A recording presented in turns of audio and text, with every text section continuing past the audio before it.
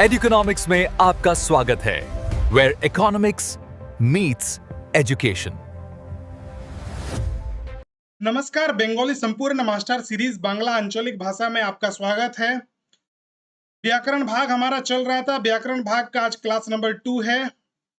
व्याकरण भागের class number 2 হয়ে যাচ্ছে। আজকের কি আছে টপিকটা যে কার চিহ্ন প্লাস অক্ষর ও মাত্রা প্লাস সাধু ও চলিত ভাষা তার সাথে সাথে ভাষা ও উপভাষা, यानी कि punctuation plus syllable and vowel sign plus formal and informal language और उसके साथ साथ लैंग्वेज एंड डायलेक्ट, विराम चिन्ह, अक्षर और मात्रा, साधु व चलित भाषा और भाषा और उपभाषा। तो अगर आपने जेटेट 2026 का फॉर्म फिल कर चुके हैं और बंगाली को as a second language choose किए हैं तो आपके लिए ये जो पूरा सीरीज है ये बहुत ही इंपॉर्टेंट हो जाता है। साथ ही साथ अगर आप बंगाली या फिर नॉन बंगाली स्टूडेंट हैं और आप 1 to 5 या 6 to 8 का तैयारी कर रहे हैं तो दोनों के लिए ही ये जो हमारा पूरा सीरीज है आपके लिए बेनिफिशियल है, क्योंकि ये पूरा सीरीज कंबाइंड सीरीज है। ये है हमारा टेलीग्राम चैनल का लिंक, यहाँ पर जाकर के आप फ्री पीडीएफ नोट्स डाउनलोड कर सकते हैं हर क्लास का। साथ ही यहाँ पर आपको इससे पहले का जो क्लास है व्याकरण का, जो पहला क्लास है यहाँ पर आई बटन में मिल जाएगा। उसको लिंक, उसका जो लिंक है वो भी डिस्क्रिप्शन में मैं दे दूंगा, आप वहां से भी जाकर के उसको देख सकते हैं।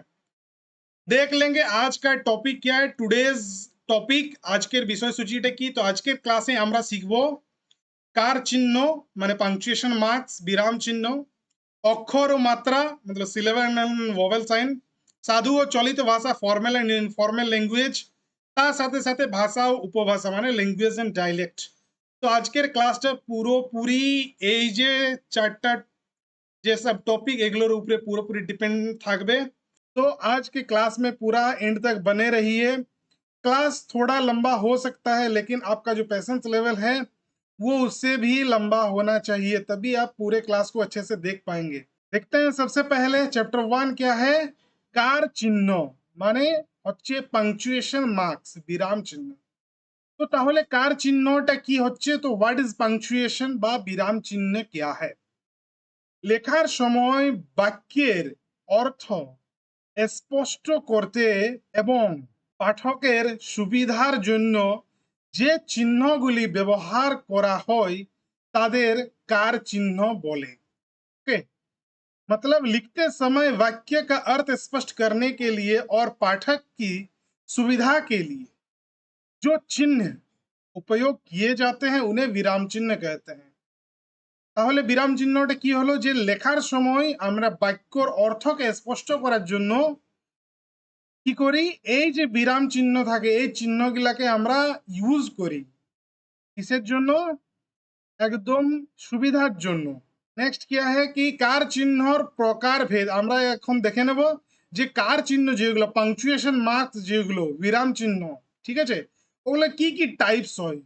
তো সব থেকে আগে এক নম্বরে আসছে কি দাঁড়ি, মানে দাঁড়ি, এই যে আমরা দাঁড়ি টানি এটা फुल स्टॉप या फिर पूर्ण विराम इसको हम लोग कहते हैं। तो वाक्य संपूर्ण होले दाढ़ी व्यवहार करा हो, मतलब कोई भी सेंटेंस जब पूरा होता है तो उसके लास्ट में हम लोग फुल स्टॉप, जैसे फुल स्टॉप देते हैं ऐसे इंग्लिश में, वैसे ही विराम चिन्ह हिंदी में भी और बंगाली में भी विराम चिन्ह हम लोग यूज करते हैं।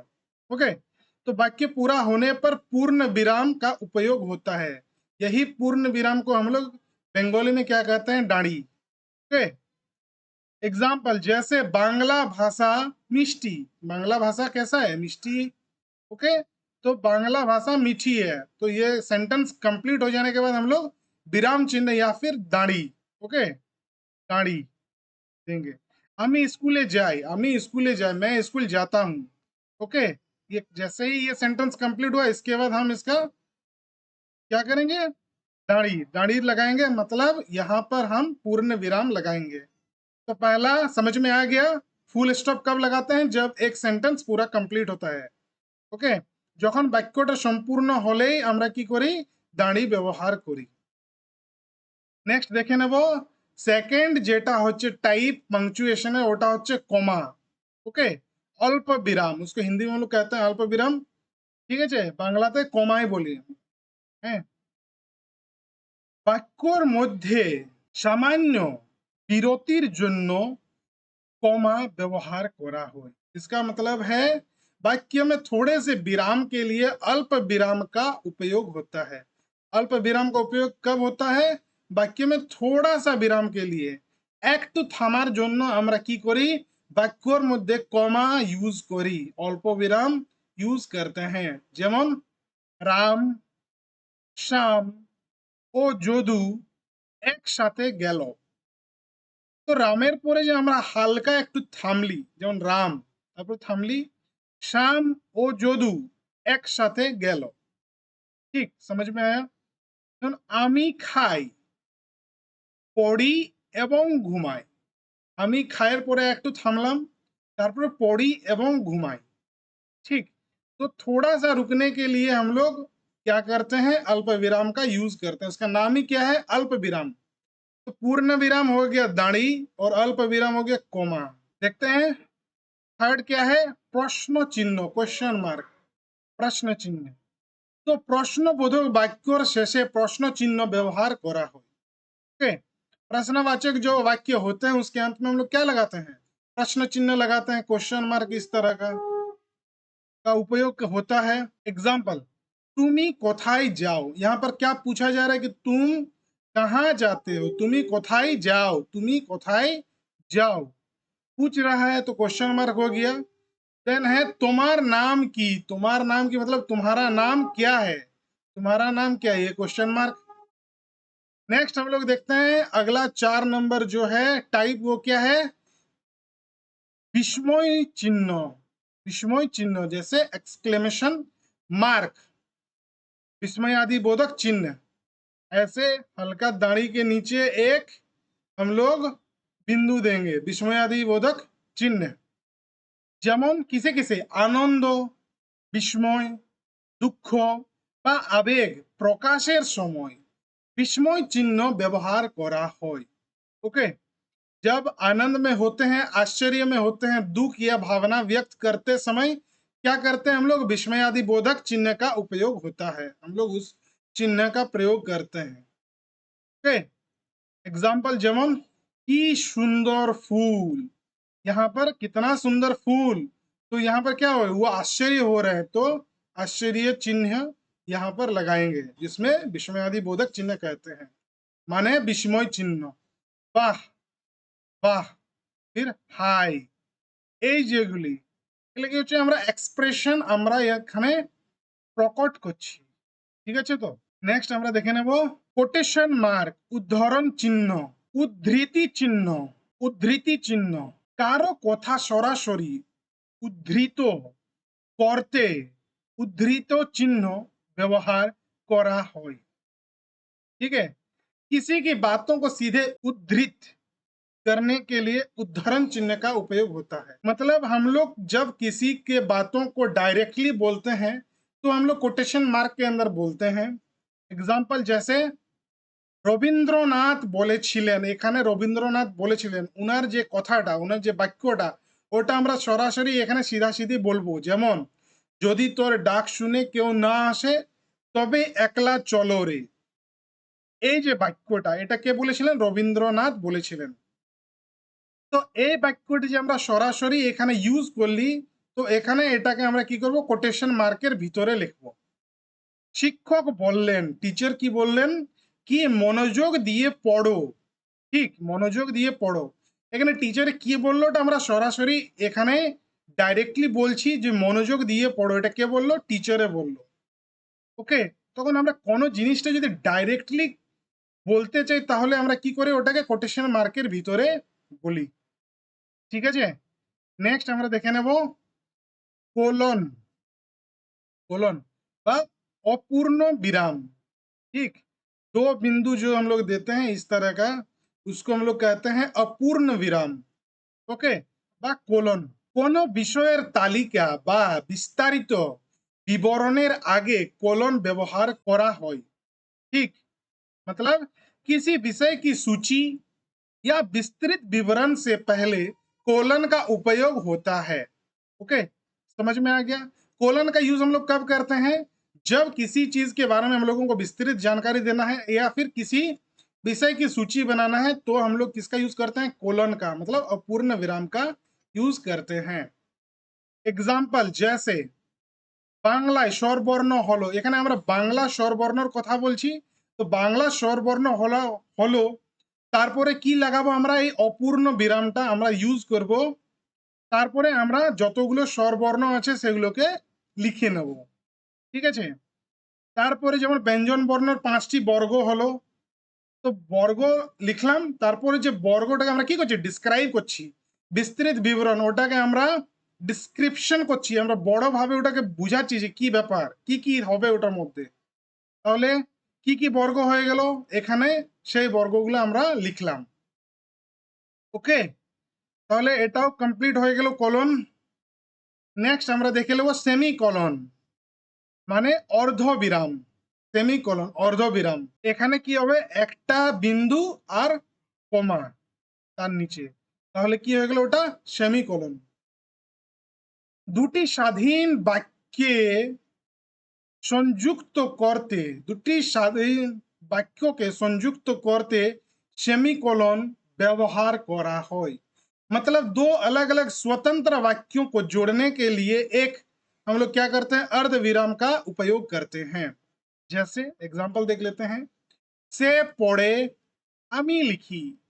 यहाँ पर क्या हो रहा है, से पढ़े मतलब किसी और का बात हो रहा है कि वो क्या करता है, वो पढ़ता है। अमी लिखी माने मैं लिखता हूं। ठीक है, दो अलग अलग वाक्य, ये इसके ऊपर डिपेंडेंट नहीं है।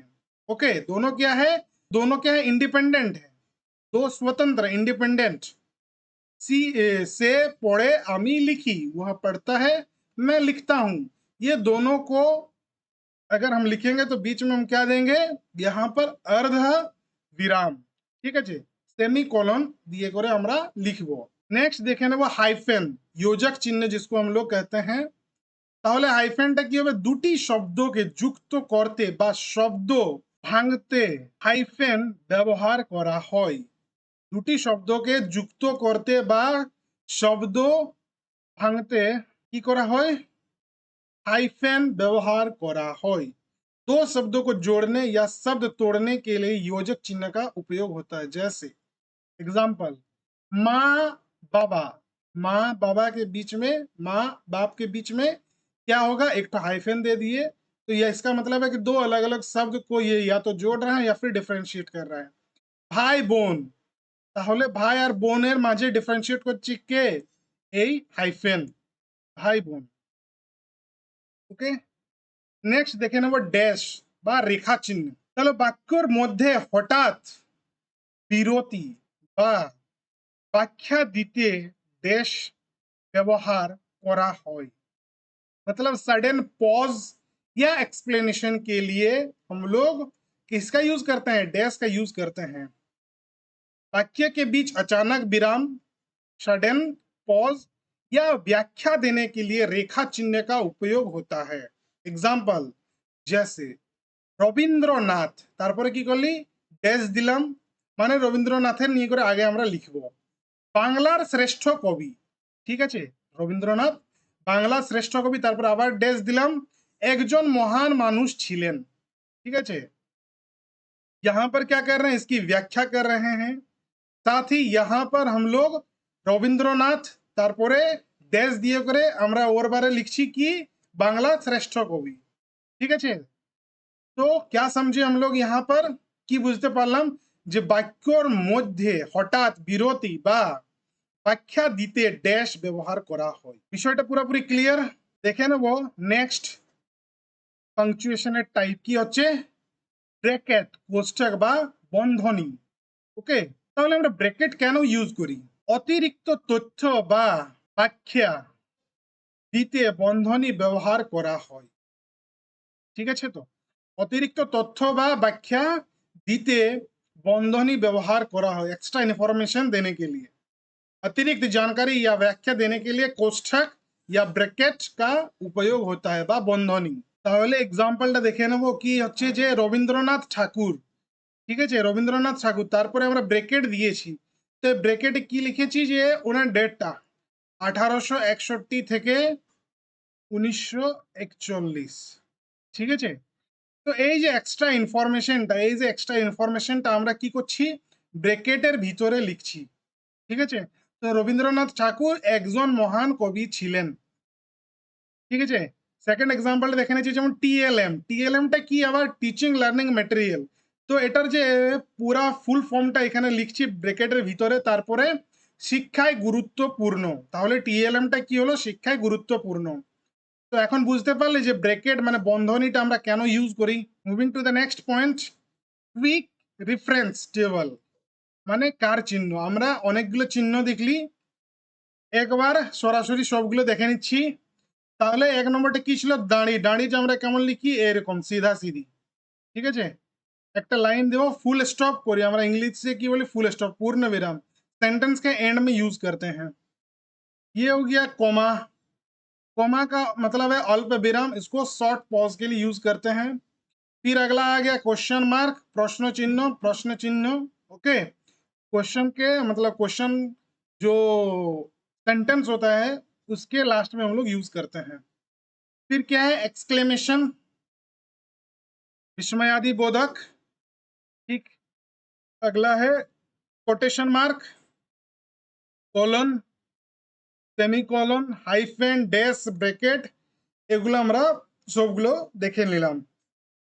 নেক্সট আমরা দেখছি এখন চ্যাপ্টার 2, অক্ষর ও মাত্রা, सिलेबल एंड वॉयल साइंस। अक्षर और मात्रा की अक्षर और मात्रा क्या है? तो सबसे पहले देख लेंगे इसमें कि अक्षर की माने व्हाट इज सिलेबल, अक्षर क्या है। ওকে, একটি শ্বাসাঘাতে যতটুকু উচ্চারণ করা যায় তাকে অক্ষর বলে। অক্ষর হলো শব্দর উচ্চারণগত একক। मतलब क्या है? एक श्वास में एक सांस लेकर के जितना उच्चारण किया जा सकता है उसे अक्षर कहते हैं। अक्षर शब्द की उच्चारण इकाई है। उच्चारण इकाई का मतलब है कि एक शब्द में मैं कितना बार उच्चारण कर रहा हूं। हर एक बार जो उच्चारण कर रहा हूं वो हो गया अक्षर। सिंपल फॉर्मूला क्या है? सिंपल फॉर्मूला अक्षर, सिलेबल मतलब एक ब्रेथ में एक यूनिट, एक सांस लेकर के हम जितना बोलते हैं वही हो गया अक्षर। क्लियर है? তাহলে দেখে নেব সেকেন্ড অক্ষর ও মাত্রার মধ্যে অক্ষরের प्रकारभेद मतलब टाइप्स ऑफ सिलेबल, अक्षर के प्रकार। अक्षर के कितने प्रकार होते हैं?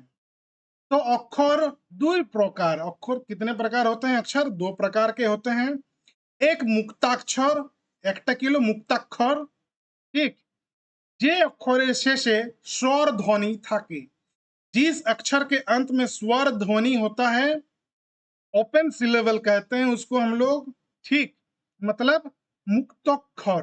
मुक्ताक्षर माने ओपन सिलेबल, खुला, যেটা আমরা বলি ওপেন সিলেবল, খোলা অক্ষর। ঠিক আছে? তাহলে এক্সাম্পলটা হয়ে যাচ্ছে মুক্তাক্ষরের ওপেন কেমন টাইপ হয়? ওপেন হয়। এক্সাম্পল যেমন পা, মা, না, কা। এই যে এগুলার এন্ড মানে শেষে কি সাউন্ড আমরা শুনতে পাচ্ছি? ভোভেল সাউন্ড শুনতে পাচ্ছি।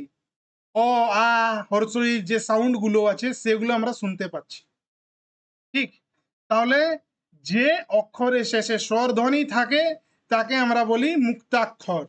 ঠিক আছে? নেক্সট আমরা দেখব বদ্ধাক্ষর বা বন্ধাক্ষর। ঠিক আছে? বন্ধাক্ষর মানে একটা অক্ষর হলো খোলা ওপেন আর একটা হলো বন্ধ, বন্ধাক্ষর। ठीक, जे अक्षर शेषे व्यंजन ध्वनि থাকে, जिस अक्षर के एंड में कॉन्सोनेंट वाला जो साउंड आता है व्यंजन ध्वनि रहता है उसको हम लोग क्लोज्ड सिलेबल कहते हैं। व्यंजन ध्वनि जिसके अंत में होता है वो हो जाता है क्लोज्ड सिलेबल मतलब बंधाक्षर। बंधाक्षर ওকে, যেমন টাইপ কি হবে? ক্লোজড। এবার এর আগের এক্সাম্পল যেগুলো ছিল ওটা আমরা দেখে নেব। হ্যাঁ, যেমন বা ছিল তো ওখানে লাস্টে আ আসতেছিল, ওটা হয়ে গেল স্বর ধ্বনি। এবার ওটারে যেমন বাং, এই যে লাস্টে বাং, এবারে শেষে কি আসছে? ব্যঞ্জন ধ্বনি। তারপরে মান, কাল, एंड में कौन सा साउंड आ रहा है, कॉन्सोनेंट साउंड आ रहा है, तो ये हो जाएगा क्लोज्ड सिलेबल। ठीक है, बंधाक्षर। होपफुली समझ में आ गया। दोनों अक्षर कितने तरह के होते हैं, दो तरह के होते हैं, एक मुक्ताक्षर, एक बंधाक्षर। ठीक, একটা মুক্তাক্ষর আর একটা হচ্ছে বন্ধাক্ষর, মানে বন্ধ অক্ষর। একটা খোলা অক্ষর, একটা বন্ধ অক্ষর। নেক্সট দেখে নেব शब्दे अक्षर गणना।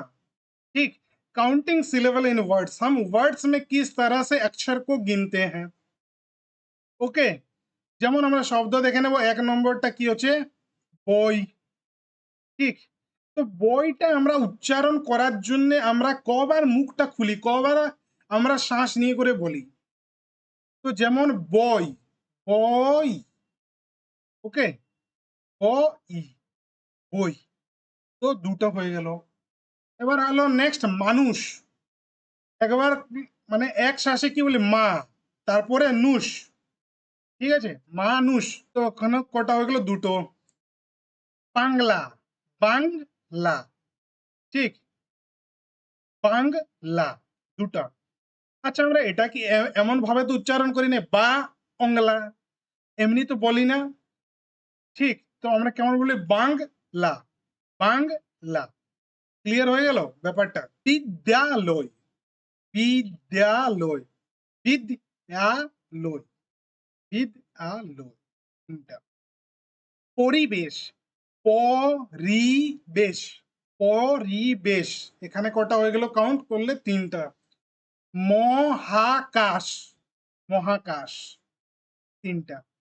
ठीक, जितनी बार मुंह खुलता है एक शब्द बोलते वक्त उतने सिलेबल होते हैं। ठीक, একটা শব্দে কয়টা অক্ষর হয়, যতবার আমরা মুখটা খুলে করে ওটার উচ্চারণ করব পুরোপুরি শব্দটা। নেক্সট हम लोग देखेंगे, अभी अक्षर कंप्लीट हो गया, अब आ रहा है मात्रा। তাহলে মাত্রাটা কি, মাত্রা क्या है। বাংলা বর্ণের উপরে যে আনুভূমিক রেখা থাকে তাকে মাত্রা বলে।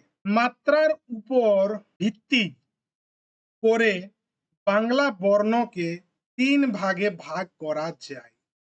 ओके, बांग्ला वर्ण के ऊपर जो क्षैतिज रेखा होती है उसे मात्रा कहते हैं। मात्रा के आधार पर बांग्ला वर्ण को 3 भागों में बांटा जाता है। ठीक, তাহলে মাত্রাটা কি হচ্ছে, যে বাংলার বর্ণের উপরে যে আনুভৌমিক রেখা থাকে তাকে মাত্রা বলা হয়। নেক্সট আমরা দেখে নেব টাইপ 1। ওটা টাইপ 3 রকমের হয়। প্রথম টাইপটা কি হচ্ছে পূর্ণ মাত্রা বর্ণ, মানে ফুল মাত্রা লেটার্স, পূর্ণ মাত্রা বর্ণ। যে বর্ণর উপরে পূর্ণ মাত্রা মানে সম্পূর্ণ রেখা আছে তাকে আমরা কি বলি, মানে full horizontal line on top. Okay, जिन वर्णों के ऊपर पूरी मात्रा या पूरी रेखा हो उसे हम क्या कहेंगे, पूर्ण मात्रा वर्ण, माने ফুল মাত্রা লেটার্স। ওকে, তাহলে পূর্ণ মাত্রা স্বর বর্ণ কটা আছে, 6টা। কি কি, অ, আ, হর্ষই, দীর্ঘই, হর্ষৌ, দীর্ঘৌ। ওকে, পূর্ণ মাত্রা স্বর বর্ণ কটা, 6টা। এবার পূর্ণ মাত্রা ব্যঞ্জন বর্ণ, পূর্ণ মাত্রা ব্যঞ্জন বর্ণ কতগুলি আছে, 32টা। এগুলো দেওয়ানো আছে। নেক্সট আমরা দেখে নেব টাইপ 2, অর্ধমাত্রা বর্ণ, হাফ মাত্রা লেটার্স। তাহলে অর্ধমাত্রা বর্ণ কোনগুলো, যে বর্ণগুলির উপরে অর্ধেক মাত্রা আছে, मतलब जिन वर्णों के ऊपर आधी मात्रा है उसे हम कहेंगे हाफ मात्रा लेटर्स, अर्ध मात्रा वर्ण। अर्ध मात्रा वर्ण होचे कितना है, 8। री, ए, ओ, ओ, ये अक्ष, इया और मूर्धन्य। टू रिमेम्बर কি বলছে, 5টা স্বর বর্ণ, তার সাথে সাথে 3টা ব্যঞ্জন বর্ণ, টোটাল 8টা হয়ে গেল। এগুলা কি, অর্ধমাত্রা বর্ণ। নেক্সট টাইপ 3, মাত্রাহীন বর্ণ, মানে নো মাত্রা লেটার্স, মাত্রাহীন বর্ণ। যে বর্ণগুলিতে কোনো মাত্রা নেই, जिन वर्णों में कोई मात्रा न हो उसको हम कहते हैं মাত্রাহীন বর্ণ। ঠিক, কি কি আছে, তো মাত্রাহীন বর্ণ হয়ে গেল 10টা। नेक्स्ट हम देख लेते हैं चैप्टर 3 साधु और चलित भाषा, ফর্মেল এন্ড ইনফর্মেল ল্যাঙ্গুয়েজ। ওকে, সাধু ও চলিত ভাষা। তাহলে সর্বপ্রথম দেখবো যে সাধু ভাষা কি, সাধু ভাষা কি, হোয়াট ইজ সাধু ভাষা, মানে সাধু ভাষা क्या है।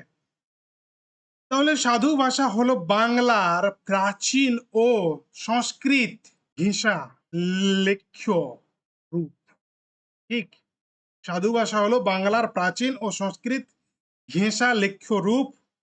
এই ভাষায় ক্রিয়া ও সর্বনামের पूर्ण रूप व्यवहार करा হয়। साधु भाषा बांग्ला का प्राचीन और संस्कृत प्रभावित लिखित रूप है। इसमें क्रिया और सर्वनाम का पूर्ण रूप उपयोग किया जाता है। ये इंपॉर्टेंट है, इसमें क्रिया और सर्वनाम का पूर्ण रूप उपयोग किया जाता है। क्या क्या गुण है, क्या क्या कैरेक्टरिस्टिक्स है। सबसे पहला क्या है, संस्कृत से इन्फ्लुएंस्ड। ठीक है, फॉर्मल राइटिंग में यूज होता है। ठीक है, क्रिया का पूरा रूप इसमें हम लोग लिखते हैं, जैसे जाइते छी, कोरिते छी, ये जो है ये साधु भाषा है। सर्वनाम का पूरा रूप लिखते हैं, जैसे तहारा, तोमा के, अमा के। पुराना लिटरेचर में ये मिलता है, ये जो साधु भाषा ये ओल्ड लिटरेचर जो है उसमें मिलता है। चलित भाषा की, তাহলে व्हाट इज चलित भाषा, মানে চলিত ভাষাটা কি। চলিত ভাষা হলো বাংলার আধুনিক ও সহজ কথ্য ও লেখ্য রূপ। ঠিক, এটি সাধু ভাষার সংক্ষিপ্ত রূপ, এটি সাধু ভাষার संक्षिप्त रूप। ओके, चलित भाषा क्या, बांग्ला का आधुनिक और सरल बोलचाल का रूप है। यह साधु भाषा का संक्षिप्त रूप है। ओके, क्या क्या गुण है, क्या क्या कैरेक्टरिस्टिक्स है। सबसे पहले मॉडर्न बंगाली में यूज होता है। ठीक है, बोलने और लिखने में दोनों में यूज होता है। जैसे क्रिया का शॉर्ट रूप जाइते छी की जगह जाच्छी, कोरिते छी की जगह कोरची, ये सब हम लोग यूज करते हैं। सर्वनाम का शॉर्ट रूप तहारा के जगह तारा, तोमा के, अमा के, ये तो सेम होता है। आजकल के सभी लेखक यूज करते हैं, ये जो है आजकल के सभी लेखक इसको यूज करते हैं। क्लियर है। তাহলে সাধু ও চলিত ভাষার পার্থক্য, ডিফারেন্স, অন্তর हम लोग देख लेते हैं। একবার আমরা ডিফারেন্সটা দেখে নেব। যেমন বিষয়টা হলো এটা সাধু ভাষা আর চলিত ভাষা, তাহলে এটা রূপ, রূপ যখন আমরা দেখবো তো সাধু ভাষার রূপ কি, প্রাচীন রূপ, আর চলিত ভাষার রূপ হয়ে গেল আধুনিক রূপ। ঠিক আছে। ক্রিয়া, যেমন যাইতেছি, যাইতেছি ये साधु भाषा हो गया। চলিত ভাষা যাচ্ছি। ক্রিয়া করিতেছি, করছি। খাইতেছি, খাচ্ছি। তাহারা, তারা, এটা সর্বনাম, मतलब प्रोनाउन। তাহারা वो लोग, ठीक है, तारा। তাহাকে, তাকে। আমাকে, আমাকে, ये तो सेम होता है। পুরনো সাহিত্য, এটার ব্যবহার কোথায় হয়, সাধু ভাষার ব্যবহার পুরনো সাহিত্য, ওল্ড লিটারেচার যেটা, আর চলিত ভাষার আধুনিক লেখা, মানে এখনের যে মডার্ন সেটাতে লেখা যায়। তাহলে উৎস, উৎস মানে কাহান সে ও বানা है।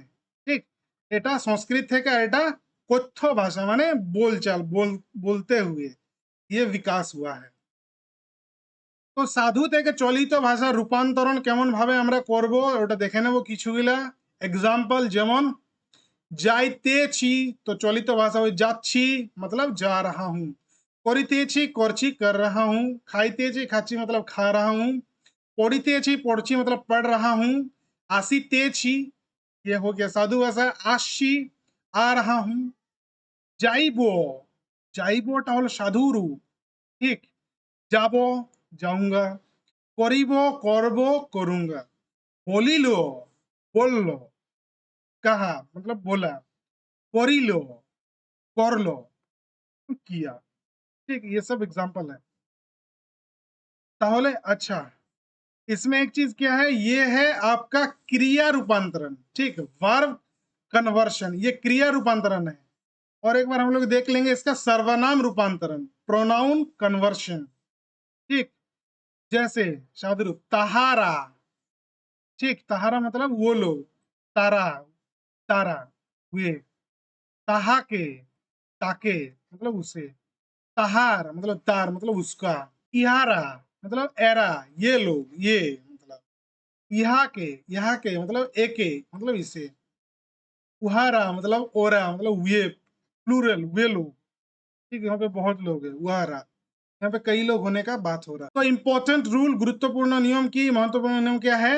एकई रचनाएं साधु व चलित भाषा मेशानो जाए ना। मतलब हम किसी चीज को लिख रहे हैं तो एक ही चीज में मैं दोनों को नहीं मिला सकता हूँ, साधु और चलित भाषा को एक साथ नहीं मिला सकता हूँ। साधु भाषाएं तत्सम शब्द बेशी। साधु भाषा में क्या होता है? तत्सम शब्द ज्यादा होते हैं। चलित भाषाएं तद्भव शब्द बेशी। चलित भाषा में तद्भव जो शब्द है वो ज्यादा होते हैं।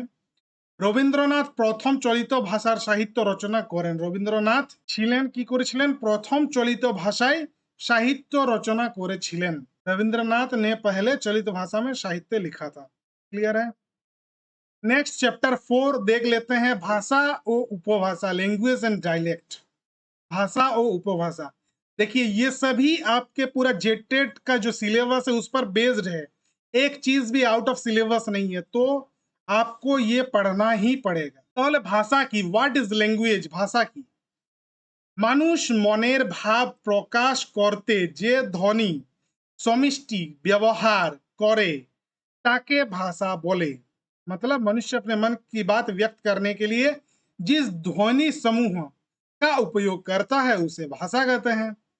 सिंपल डेफिनेशन क्या है? भाषा मतलब মনের ভাব প্রকাশের মাধ্যম, মিডিয়াম অফ এক্সপ্রেশন। ওকে, উপভাষা কি তাহলে? What is dialect? উপভাষাটা কি? একটি ভাষার আঞ্চলিক রূপ ভেদকে উপভাষা বলে। একই ভাষা বিভিন্ন অঞ্চলে কিছুটা আলাদাভাবে उच्चारित और व्यवहृत হয়। ठीक, मतलब एक भाषा का क्षेत्रीय रूप भेद को उपभाषा कहते हैं। एक ही भाषा अलग अलग क्षेत्रों में थोड़े थोड़े अलग तरीके से बोली जाती है। তাহলে সিম্পল ফর্মুলা কি হলো? উপভাষাটার মধ্যে সেম ভাষা হবে, ভাষাটা সেম হবে, কিন্তু আলাদা আলাদা অঞ্চলে ওটা যখন ডিফারেন্ট হয়ে যাবে, হালকা হালকা ওটার মধ্যে কি আসবে? ডিফারেন্সিয়েট হবে, তো যখন সেটাকে আমরা বলবো ডাইলেক্ট। যেমন বাংলার প্রধান উপভাষা, কিছুগুলা মেজর বেঙ্গলি ডাইলেক্ট আমরা দেখে নেব কি কি। যেমন 1 নম্বরে হয়ে গেল রাঢ়ী। ঠিক, রাঢ়ীটা আমরা বেশিরভাগ কোন সময়? পশ্চিমবঙ্গে ওই সাইডটাতে আমরা বেশি ইউজ করি, ওয়েস্ট বেঙ্গল সেন্ট্রালতে। এটা হয়ে গেল স্ট্যান্ডার্ড বাঙালি, মান ভাষা ভিত্তি। তারপরে বাঙালি, তারপর এটা হয়ে গেল পূর্ববঙ্গ। ঠিক, বাংলাদেশ বা ইস্ট বেঙ্গল, বাংলাদেশের ভাষা। বরেন্দ্রী। ঠিক, রাজশাহী অঞ্চলে। ঠিক, উত্তরবঙ্গের ভাষা। তারপরে হয়ে গেল আমাদের ঝাড়খণ্ডী, ঝাড়খণ্ড আমাদের ঠিক এলাকার ভাষা বেঙ্গলি যেটা। মেদিনীপুরি, মেদিনীপুরি একটা আলাদা দক্ষিণ পশ্চিমবঙ্গের যেটা। তো এগুলা কি হচ্ছে? এগুলা হচ্ছে ডিফারেন্ট ডিফারেন্ট উপভাষা।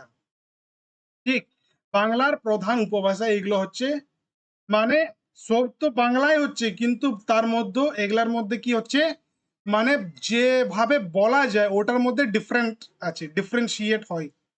ठीक, तो जेटेट के लिए इंपॉर्टेंट क्या है? हम लोगों का जैसे झारखंडी उपभाषा, झारखंड के हैं इसलिए बोली जाने वाली बेंगोली, झारखंड में बोली जाने वाली बेंगोली यानी हमारे लिए जो सबसे ज्यादा रिलीवेंट है। इसी में उसके बाद देख लेते हैं भाषा और उपभाषार पार्थक्य, डिफरेंस क्या है। तो भाषा और उपभाषा डिफरेंट की, এটা হলো বিষয়, এটা হলো ভাষা ল্যাঙ্গুয়েজ, আর এটা হলো উপভাষা। ঠিক, বৃহত্তর এলাকা মানে অনেক ওয়াইড রেঞ্জে, বড় এলাকাতে থাকে, এটা সীমিত এলাকা। কিছু এলাকার পরে যেমন যেমন ওটা চেঞ্জ হয়, এলাকাটা চেঞ্জ হয়, অমনি অমনি ডাইলেক্টও চেঞ্জ হয়। এটা হয়ে গেল আদর্শ রূপ ল্যাঙ্গুয়েজ, আর এটা হলো আঞ্চলিক রূপ। তারপরে এটা হলো লেখ্য রূপ, মানে রিটেন ফর্ম আছে কিনা, এটা আছে, সাধারণত নেই। উপভাষা রিটেন ফর্ম সাধারণত নেই। ব্যবহার সর্বজনীন, মোস্ট প্রবাবলি সব জনাই ইউজ করে। আর এই যে উপভাষাটা হলো এটা আঞ্চলিক যে লোক তারাই ইউজ করে। এক্সাম্পল যেমন ভাষার হয়ে গেল বাংলা ভাষা, পুরো বেঙ্গলি ল্যাঙ্গুয়েজটা, তারই উপভাষা কি হলো? রাঢ়ী, বাঙালি, এসবগুলো। তাহলে আর তার এটা লাস্ট হয়ে যাচ্ছে কি, মান ভাষা কি? What is standard language? মান ভাষা। তো বিভিন্ন উপভাষার মধ্যে যে রূপটি সর্বজন গ্রাহ্য, মানে প্রত্যেকজন যেটাকে গ্রহণ করবে ও आदर्श हिसाबे स्वीकृत, ताके मान भाषा बोले। जो उसको क्या करेंगे, विभिन्न उपभाषाओं में जो रूप सर्वमान्य हो और आदर्श के रूप में स्वीकृत हो उसे मान भाषा कहते हैं। बेंगली में राढ़ी उपभाषा, ठीक, तार मध्य হয়ে গেল মান ভাষার ভিত্তি। আধুনিক প্রমাণ বাংলা, যেমন রাঢ়ি ডায়ালেক্টের মধ্যে হয়ে গেল basic of standard Bengali Rarhi, ওটাকে আমরা কি বলবো, মডার্ন স্ট্যান্ডার্ড বেঙ্গলি। তাহলে মান ভাষাটা কি বুঝতে পারলে? সিধা সিধি ব্যাপার হচ্ছে যে বিভিন্ন उपभाषाর মধ্যে যে রূপটি সর্বজন গ্রাহ্য মানে आसानी से उसको सभी लोग मान लेंगे, ঠিক, আদর্শ হিসাবে স্বীকৃত করবে। ঠিক আছে, তো এতক্ষণ তো আমরা পুরোপুরি কনসেপ্ট দেখে নিলাম, এখন আমরা দেখে নেব এমসিকিউজ গুলো। ঠিক, এমসিকিউ নাম্বার 1, এখন তোমাদের কাছে কমেন্ট করার সময় এসে গেল। প্রত্যেকটা এমসিকিউর কি করবে, কোশ্চেনটা পড়ার পর অপশনটা যখন পড়বো তারপরে কি করবে, কমেন্টে জানাবে যেটা সঠিক উত্তর। ঠিক, 1 নম্বর এমসিকিউ কি বলছে, বাংলায় বাক্যর শেষে কোন चिन्ह व्यवहार करा হয়। बंगाली में सेंटेंस के एंड में कौन सा चिन्ह यूज होता है? तो कॉमा, दाढ़ी, प्रश्न चिन्ह और विस्मय चिन्ह। ठीक, যে কোনো বাংলায় বাক্য, যে বাক্যটা আমরা যখন লিখি বাক্যটার শেষে আমরা কি সিম্বলটা ইউজ করি, কোন চিহ্নটা ইউজ করি। ঠিক আছে, কমেন্টে জানাও। তো আমরা দেখে নেব, এটা সঠিক উত্তর হয়ে যাবে দাঁড়ি, মানে যে কোনো আমরা সেন্টেন্সটা কমপ্লিট করি তো তাহলে তারপরে কি করি, পূর্ণ বিরাম বা দাঁড়ি ইউজ করি। নেক্সট কোশ্চেন আমরা দেখে নেব, কি সুন্দর ফুল এই বাক্যে কোন কার চিহ্ন ব্যবহার হয়েছে। ঠিক আছে, তো এটা হলো 4টা অপশন, প্রশ্ন চিহ্ন, কমা, বিস্ময় চিহ্ন আর দাঁড়ি। তোমরা কমেন্টে জানাও সঠিক উত্তরটা কি হবে। 2 নম্বরের সঠিক উত্তর কি হবে এবিসিডির মধ্যে, কমেন্ট করো। তাহলে কি সুন্দর ফুলের মধ্যে কি হয়ে যাবে, বিস্ময় চিহ্ন, মানে যখন আমরা কোনো জিনিসটাকে দেখে করে স্ট্রং ইমোশন বা এক্সপ্রেশন দিব তখন আমরা ইউজ করব বিস্ময় চিহ্ন। কোশ্চেন নাম্বার 3 কি হচ্ছে, অক্ষর কাকে বলে, অক্ষর কিসে कहते हैं। 4টা অপশন আছে, কি করবে, সঠিক উত্তরটা কমেন্ট করবে। বর্ণের লিখিত রূপ, অপশন এ, অপশন বি হলো একটি শ্বাসঘাতে উচ্চারিত অংশ, অপশন সি হলো ধ্বনির সমিষ্টি, আর অপশন ডি হলো শব্দের অর্থ। জানাও কমেন্টে জানাও সঠিক উত্তরটা। এটা সঠিক উত্তরটা দেখে নাও, কি একটি শ্বাসঘাতে উচ্চারিত অংশ। বিদ্যালয় শব্দে কতটি অক্ষর আছে। ঠিক, মানে কটি, कितने सिलेबल है आपको बताना है विद्यालय में। तो 2টো 3টা 4টা 5টা option A B C D, comment করো যেটা সঠিক উত্তর। কটা হবে, 3টা হবে, বিদ্যালয়। ঠিক আছে, नीचे कौनटी मुक्ताक्षरेर उदाहरण, आपको इसमें से बताना है कि मुक्ताक्षर का ये कौन सा उदाहरण है, ए बी सी डी में, ए बी सी डी में कौन सा है आपको बताना है। कौन सा, क्वेश्चन नंबर 5 का। तो देख लेंगे कितना होगा। নিচের কোনটি মুক্তাক্ষর উদাহরণ, তো হয়ে গেল বা, যেটা হয়ে গেল লাস্টে কি আসছে, আ আসছে, লাস্টে কি আসছে, আ আসছে। ঠিক, তাহলে जिस पर वोवेल साउंड में खत्म होता है। एमसीक्यू नंबर 6, मात्रा के आधार पर बेंगोली वर्ण कितने प्रकार के होते हैं। मात्रार ভিত্তিতে বাংলা বর্ণ কত প্রকারের। 2 3 4 5 কমেন্ট করো ক প্রকারের হয়। সঠিক উত্তর দেখো 3 প্রকারের হয়, কি পূর্ণমাত্রা, অর্ধমাত্রা আর মাত্রাহীন। नीचे कौनटी अर्धमात्रा वर्ण, इसमें से कौन सा अर्धमात्रा वर्ण है। आप क्या करेंगे, जो सही उत्तर है 7 नंबर का उसको आप कमेंट करेंगे। ऑप्शन ए को, ऑप्शन बी ए, ऑप्शन सी अंग, ऑप्शन डी आ। सঠিক उत्तरটা कमेंट करो। तो इसमें हम लोग देख लेंगे क्या, ए, ए जो है एकटी अर्धमात्रा वर्ण, यहाँ पर 8 हाफ मात्रा होते हैं। নেক্সট एमसीक्यूज नंबर 8, साधु भाषार प्रधान বৈশিষ্ট্য কোনটি, मतलब इसका साधु भाषा जो उसका मेन বৈশিষ্ট্য মানে ওর গুণ যেটা ক্যারেক্টারিস্টিক্স ওটা কি। তো আধুনিক ও সহজ ভাষা অপশন এ, অপশন বি সংস্কৃত ঘেঁষা ও ক্রিয়ার পূর্ণরূপ, অপশন সি কথায় কথ্য ভাষার রূপ, অপশন ডি শুধু বাংলাদেশে ব্যবহৃত। সঠিক উত্তরটা কমেন্ট করো। অপশন এ এমসিকিউর নাম্বার 8 এর কারেক্ট উত্তরটা। তাহলে কি বলছে, সংস্কৃত ঘেঁষা ও ক্রিয়ার পূর্ণ রূপ হয় এটা, অ্যান্সার হবে বি নাম্বার। ঠিক, এটা আমরা অলরেডি ডিসকাস করে নিয়েছি। एमसीक्यू नंबर 9, जाइतेछी एटे कौन भाषा रूप, आपको बताना है इसमें से चारों में से कौन सा है। चलित भाषा, उपभाषा, साधु भाषा, मान भाषा। ठीक, 9 নম্বরেরটা অ্যান্সারটা কমেন্ট করো। তাহলে যাইতেছি এটি কোন ভাষার রূপ হয়ে যাচ্ছে, এটা সাধু ভাষার রূপ হয়ে যাচ্ছে। 10 নম্বর, একই রচনার साधु और चलित भाषा मेशानो जाए कि, आपको क्वेश्चन पूछ रहा है, आपको ये 4 ऑप्शन में से बताना है। হ্যাঁ সব সময়, হ্যাঁ কখনো কখনো, না যায় না, আর শুধু কবিতায় যায়। 4 है ऑप्शन, इसमें से आपको बताना है सही आंसर क्या है। কমেন্ট कीजिए, সঠিক উত্তরটাকে কমেন্ট করে দাও। তো না যায় না, আমরা কি পড়েছি যে সাধু ও চলিত ভাষাকে একসাথে একই রচনায় আমরা ইউজ করতে পারি না। এমসিকিউ 11 क्या है, উপভাষা কাকে বলে, তাহলে উপভাষাটা কাকে বলে। 4টা অপশন হয়েছে তোমার কাছে, এ বি সি ডি। এতে কি বলছে, দুটি ভাষার মিশ্রণ, অপশন বি ভাষার আঞ্চলিক রূপভেদ, অপশন সি প্রাচীন ভাষার রূপ, অপশন ডি লেখ্য ভাষার রূপ। সঠিক উত্তরটা কমেন্ট করে জানাও।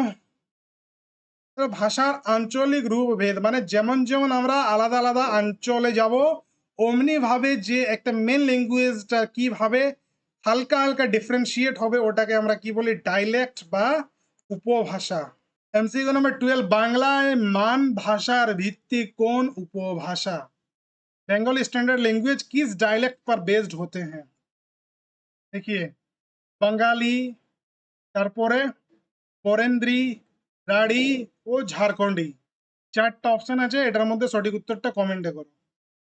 দেখে নেবো আমরা সঠিক उत्तरটা। तो राढ़ी, राढ़ी उपभाषा वेस्ट बंगाल सेंट्रल एरिया की डायलेक्ट है, यही मॉडर्न स्टैंडर्ड लैंग्वेज का आधार है।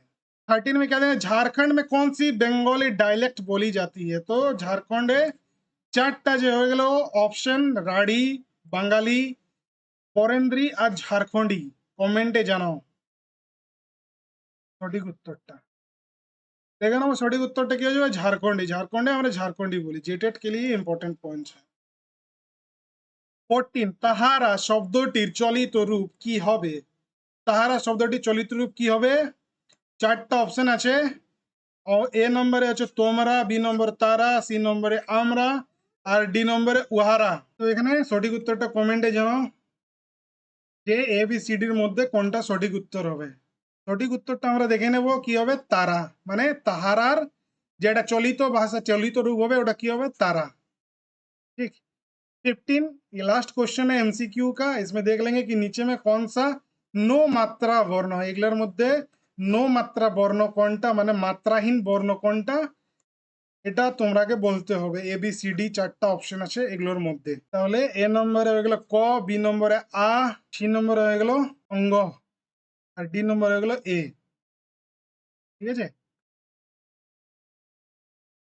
তাহলে কিটা হয়ে যাবে এখানে, অঙ্গ একটি মাত্রাহীন বর্ণ। ঠিক আছে, तो आ जो है ये फुल मात्रा है, ए जो है वो हाफ मात्रा है। बस कंप्लीट है यहाँ तक। তাহলে আমরা সামারিটা একবার দেখে নেব যে আজকের আমরা কি কি পড়লি। 1 নম্বর অধ্যায়ে পড়লি কার চিহ্ন, পাঞ্চুয়েশন মার্ক, দাঁড়ি, কোমা, প্রশ্ন চিহ্ন, বিস্ময় চিহ্ন, উদাহরণ চিহ্ন, কোলন, সেমিকোলন, এগুলো পুরোপুরি দেখলাম। সেকেন্ড অধ্যায়ে যেটা ছিল অক্ষর ও মাত্রা, তার মধ্যে অক্ষর কি হলো, মুক্তাক্ষর, বন্ধাক্ষর, পূর্ণমাত্রা, অর্ধমাত্রা, মাত্রাহীন, এগুলো সবকে পড়লাম। অধ্যায় নম্বর 3 কি ছিল, সাধু ও চলিত ভাষা, সাধু ভাষা কি, চলিত ভাষা কি।